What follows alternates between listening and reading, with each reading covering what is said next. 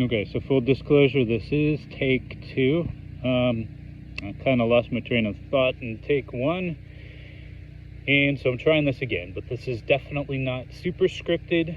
I really want to offer my thoughts from the heart here on why this is not just taking a loss for my party, my side of the aisle, my thoughts, whatever. I believe we are back to the 1970s with Harvey Milk saying, come out wherever you are. Clearly not talking and having difficult conversations with people about what political decisions truly mean. Not doing that has not been working. And so we need to do that. I intend to do that with people who are open to listen. And this is probably the least effective and least courageous example of that, because I'm sitting here hiding behind a screen. But it's a first step. It's finally talking about things and a step in the right direction. So, as an autistic gay kidney donor, why does this election result matter to me? Why is it more than just taking a loss? As an autistic, I will say that while I personally have been graciously immune to the amount of bullying that most neurodivergent people seem to experience, I know that it's a very big deal for people in my community. And Trump's rhetoric is very much about making fun of the other, marginalizing the other, belittling the other, bullying the other. Trump made fun of a disabled reporter. And this kind of behavior and this kind of rhetoric will be directly correlated to more bullying of the other. Already has been. I'm not talking speculatively really at all, because we had a Trump presidency and we saw all of the phobias increase. This is not a best guess. This is not a watch and see what happens. This is bullying will increase because the guy at the top says that bullying is now okay. As a gay guy, why do I care? I care about my marriage. I want that to be intact, and I don't have full confidence that it will be. We saw with Roe versus Wade, it's very easy to strike down a court decision, and gay marriage is as legal and protected as it is because of a court decision, because of Obergefell. Now, there was an act that was passed to try and put some scaffolding in there to protect same-sex marriage a little bit further. It doesn't go quite far enough. Quite possibly my marriage would still be legal, but there would be no more same-sex marriages performed in Wisconsin. And I honestly don't feel confident that they would stop at just overturning Obergefell. Any law can be overturned.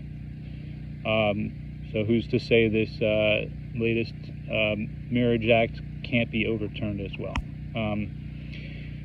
And I don't need to go into the significance of marriage. There's been hundreds and hundreds of videos about that, but something that we fought very hard. It comes with a lot of privileges that should not be taken for granted, and it can all disappear in the blink of an eye.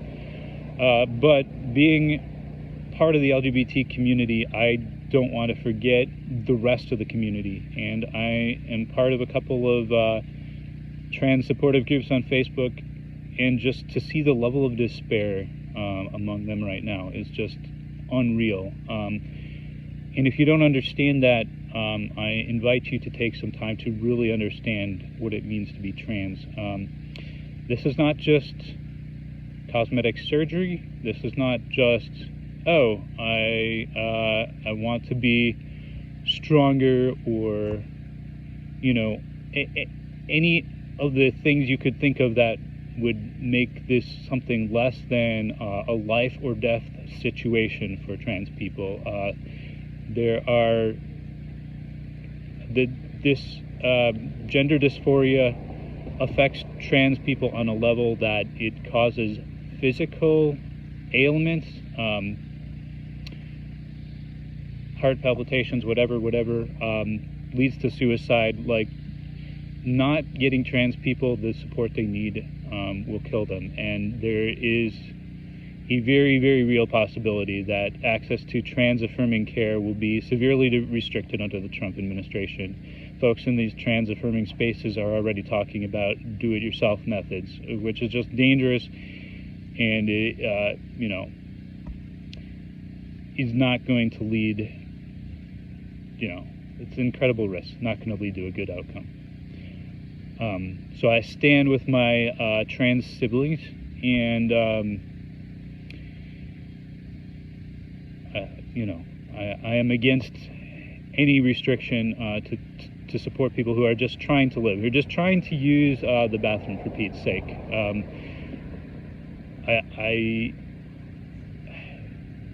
There's maybe like one case in a million where someone is actually going in the wrong bathroom to cause trouble. Okay, we all just want to go in the bathroom and pee. The fear mongering and the hate mongering has just blown this out of proportion. But because of that, people feel like they need to legislate where trans people can go to the bathroom, and they can't go to the bathroom in peace. That is just the most basic function imaginable. So to have to plan your day around when and where you can use the bathroom is just unfathomable. As a kidney donor, a very real possibility that I will lose the ability to be insured. Project 2025 is talking about bringing back pre-existing conditions. Not having one of your kidneys is a pre-existing condition. It's already, like, they can still use pre-existing conditions to deny you life insurance. That is already a thing. I knew that going into it. It's fine. I don't need any more life insurance. But health insurance is just such a basic need. I mean, with procedures costing in the thousands, hundreds of thousands, in some cases millions of dollars. I don't know how anyone can live life without health insurance. So that is terrifying to me, and it's a huge slap in the face for just trying to do what is right. And these are just the things that affect me personally. Like I say, the last Trump presidency saw a rise in xenophobia, racial prejudice, transphobia, all the phobias. The list goes on and on. George Floyd, Breonna Taylor. These are real things that happen. There are statistics that validate the fact that this kind of hate, violence toward the other increased during the first Trump administration. And so that's why I don't call this just another loss. This is why I'm not just being a baby about this, and this is why I'm not going to be silent, and this is a first step in having tough conversations that I hope will make a difference.